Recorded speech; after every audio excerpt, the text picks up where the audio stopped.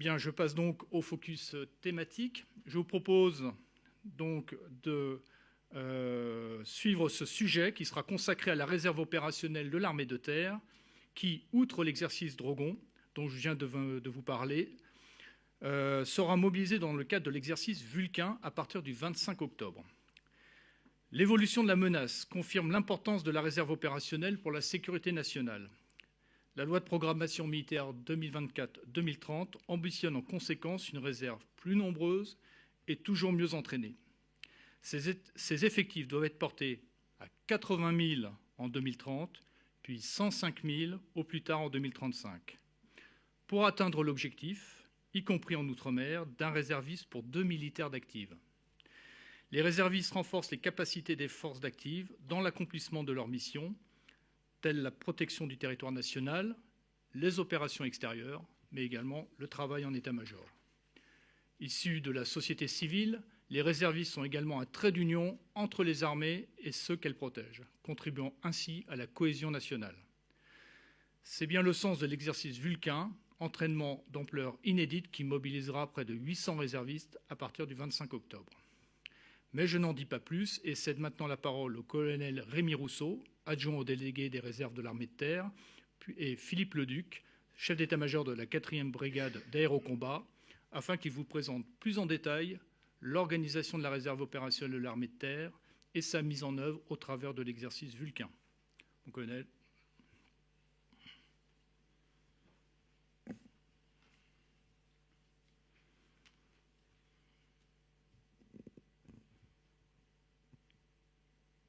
Merci, mon général. Qu'est-ce que la réserve? Qu'est-ce qu'un réserviste? Devenir réserviste, c'est faire le choix de consacrer une partie de son temps à la défense de la France sans faire des armes la seule profession. Tout Français peut s'engager dans la réserve opérationnelle à partir de 17 ans et se former et s'entraîner au métier des armes ou mettre à disposition des armées ses compétences ou son envie d'engagement. La montée en puissance de la réserve opérationnelle de l'armée de terre s'inscrit totalement dans le plan armée de terre de combat qui vise à lui permettre de faire face à la multiplicité des menaces potentielles.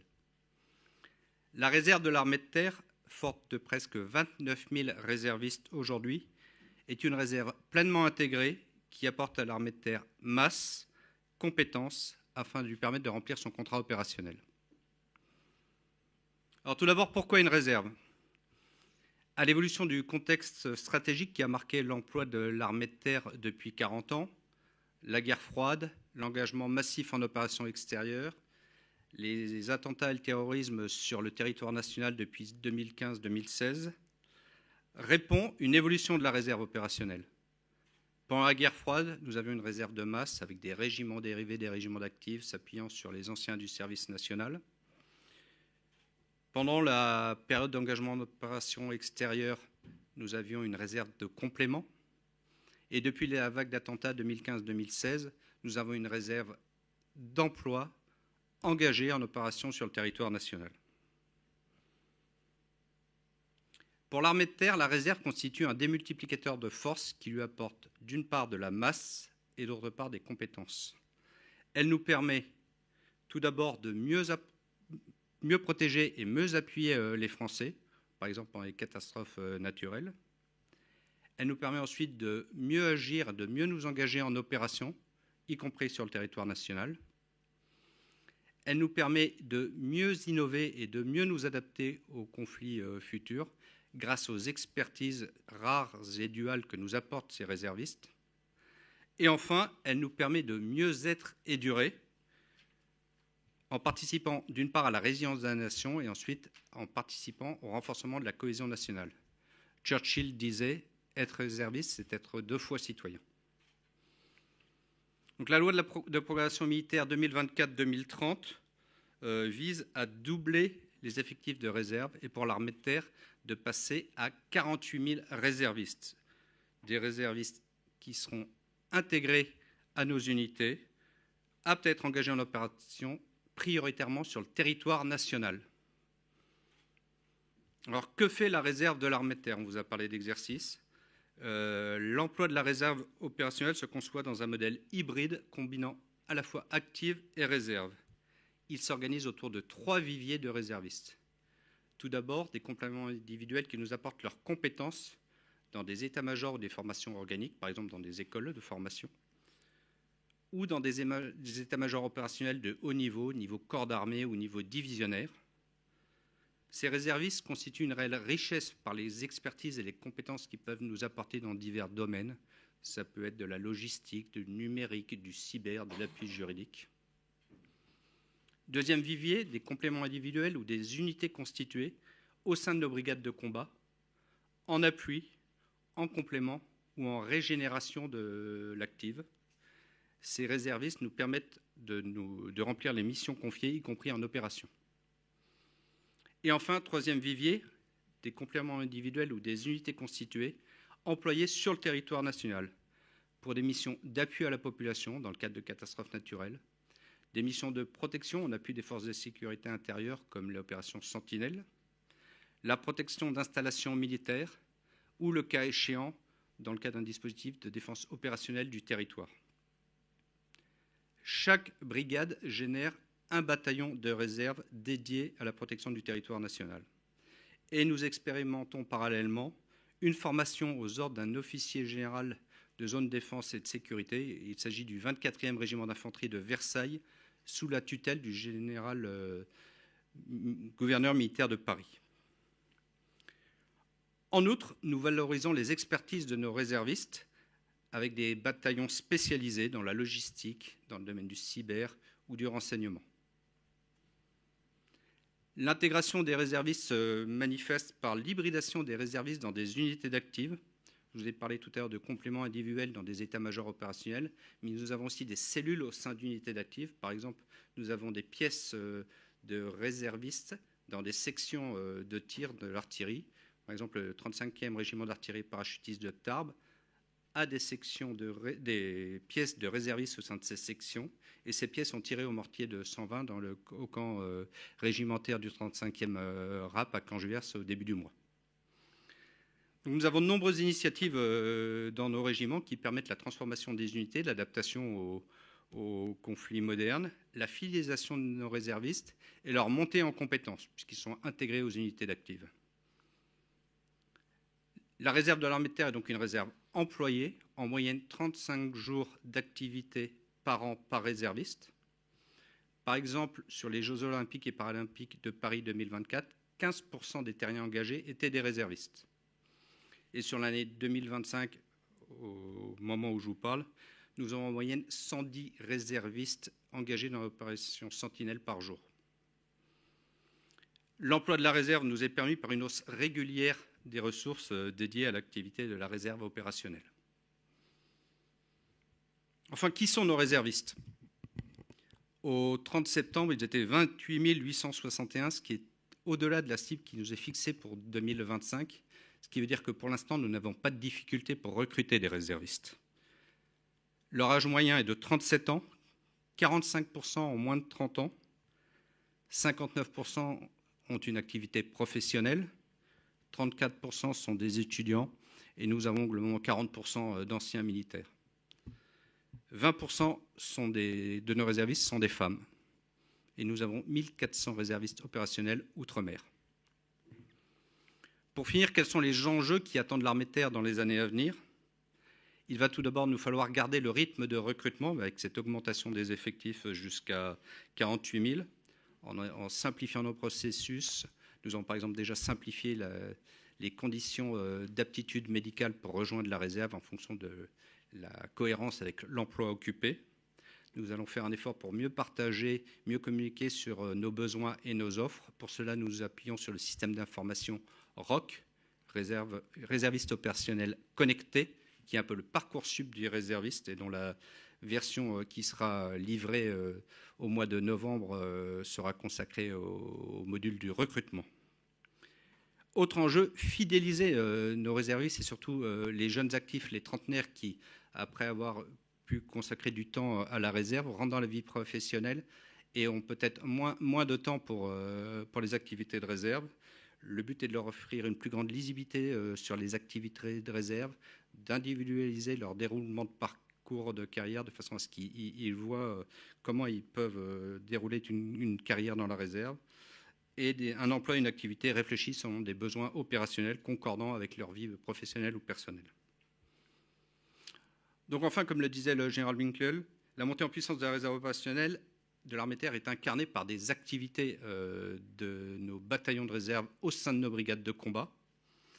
Cette semaine, c'est globalement 2000 réservistes qui seront engagés dans différents exercices, avec la 7e brigade blindée dans le Jura, la 27e brigade d'infanterie de montagne dans les Alpes. On vient de vous parler de la 9e brigade d'infanterie de marine dans la région de Saumur. Et enfin, la 4e brigade aérocombat avec l'exercice Vulcain que va vous présenter maintenant le colonel Leduc.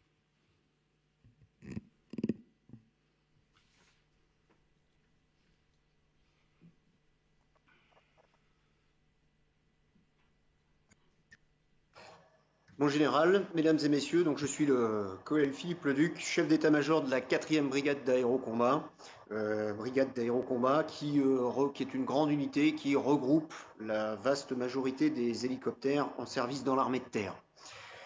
L'exercice que je vais vous présenter s'intitule Vulcain. Il résume à lui seul ce nom de baptême, l'objectif essentiel de cet exercice qui est de forger.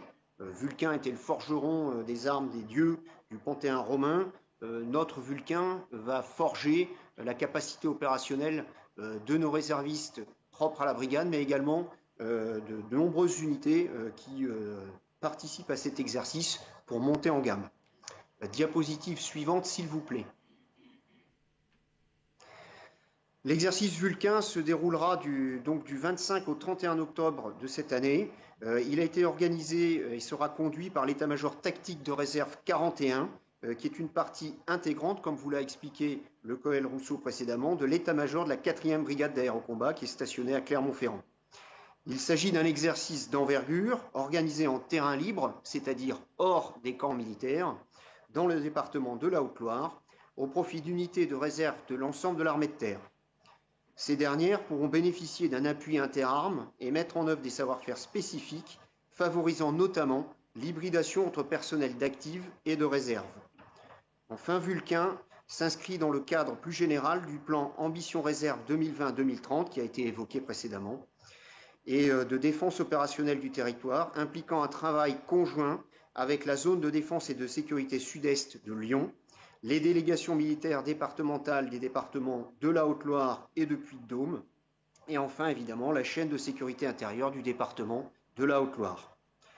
L'objectif premier de cet exercice est d'abord d'assurer l'entraînement de l'état-major tactique de réserve 41 qui conduira à la manœuvre après l'avoir conçue, mais également l'entraînement à la défense opérationnelle du territoire des unités de réservistes engagées en restitution des missions du combat terrestre. Ce sont les missions communes à l'ensemble des unités de l'armée de terre, quel que soit leur statut d'active ou de réserve ou leur arme d'appartenance, ainsi qu'au dispositif de contrôle de zone et également les éléments qui seront engagés en force adverse, c'est-à-dire l'ennemi d'exercice. Les niveaux tactiques, techniques et les forces morales de nos réservistes seront ainsi renforcés avec un effort sur la rusticité et l'endurance induite par un terrain difficile et cette période automnale.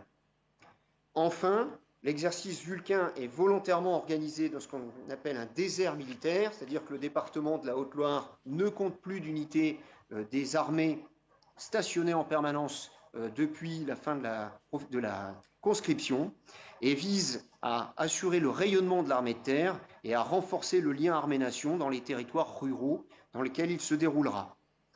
Le thème tactique de cet exercice s'articule autour d'actions de déstabilisation qui sont conduites par des éléments de forces spéciales engagés sur notre territoire national par une puissance étrangère hostile et qui nécessitent, pour y remédier, au recours aux forces armées qui sont capables d'y faire face.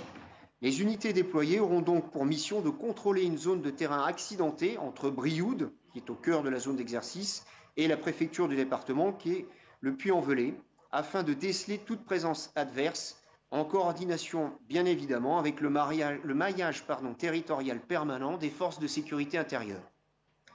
Renforcées de moyens spécifiques non détenus par la réserve, les compagnies engagées pourront bénéficier d'appuis interarmes dans leur mission et mettre en œuvre des savoir-faire spécifiques favorisant l'hybridation active-réserve.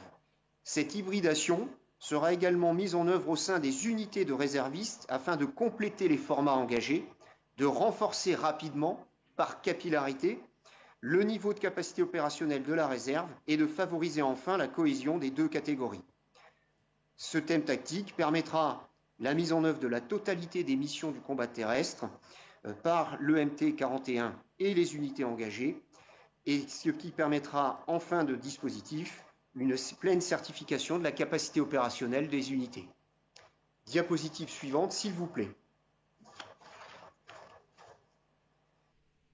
Comme je l'ai mentionné, l'exercice Vulcain est un exercice d'envergure. Il a été conçu et sera conduit par l'état-major tactique de réserve 41 et il verra l'engagement d'approximativement 1 millier d'hommes, 80 véhicules, 3 hélicoptères et 5 drones, essentiellement des réservistes, mais pas uniquement, puisqu'ils représenteront à peu près 80% de l'effectif engagé, bien évidemment complété par du personnel d'active. Ils seront engagés au sein d'un groupement tactique de niveau régimentaire, réparti entre un PC de niveau régimentaire, 6 compagnies de combat terrestre et une force adverse, l'ennemi, de niveau compagnie. Enfin, Vulcain sera conduit sur une vaste portion du département de la Haute-Loire, 114 communes seront traversées, constituée depuis plusieurs années en zone de manœuvre permanente, favorisant l'entraînement en terrain libre des unités de l'armée de terre. Diapositive suivante, s'il vous plaît. Vulcain regroupera des réservistes provenant en total de 19 formations différentes de l'armée de terre, renforcées par des moyens spécialisés mis en œuvre par du personnel d'active, des drones du 61e régiment d'artillerie de Chaumont et des hélicoptères de manœuvre et de reconnaissance du 1er régiment d'hélicoptères de combat de Phalsbourg, ou de réserve, moyen de franchissement notamment engagé par une unité de réserve spécialisée du 6e régiment de génie d'Angers, ancrant cet exercice dans une dimension résolument interarmée hybride entre personnel d'active et de réserve. Comme vous pouvez le voir représenté sur le tableau présentant ces unités, bien évidemment au cœur de cet exercice, la 4e brigade d'aérocombat, avec son EMTR 41 qui a conçu et qui va conduire cet exercice, et évidemment une participation des unités de réserve de l'ensemble de ces régiments subordonnés, 1er, 3e, 5e RHC et 9e régiment de soutien aéromobile. Cette verticale de PC et d'unités de réserve constitue en fait l'embryon du futur 4e bataillon de chasseurs à pied qui sera l'unité de réserve de la 4e BAC qui est en cours de création. Autour de ce noyau clé viennent se greffer des unités en provenance de la quasi-totalité des grands commandements de l'armée de terre, mais également de la quasi-totalité des différentes zones de défense, avec des participations qui sont soit d'unités de réserve pure, soit des unités, des renforts d'actifs. J'ai mentionné les drones du 61e régiment d'artillerie, et comme déjà mentionné, des capacités parfois spécialisées, notamment en provenant du 6e régiment de génie. Enfin, cet exercice Vulcain s'inscrit, comme je l'ai mentionné, dans son thème tactique, dans le cadre de la défense opérationnelle du territoire, c'est-à-dire que, outre l'engagement de l'EMTR 41, il a vu un travail conjoint avec l'état-major de zone de défense et de sécurité sud-est de Lyon, ainsi que les DMD des départements de la Haute-Loire et du Puy-de-Dôme, et bien évidemment avec le dispositif de sécurité intérieure du département de la Haute-Loire. Ceci conclut mon intervention. Je vous remercie de votre attention.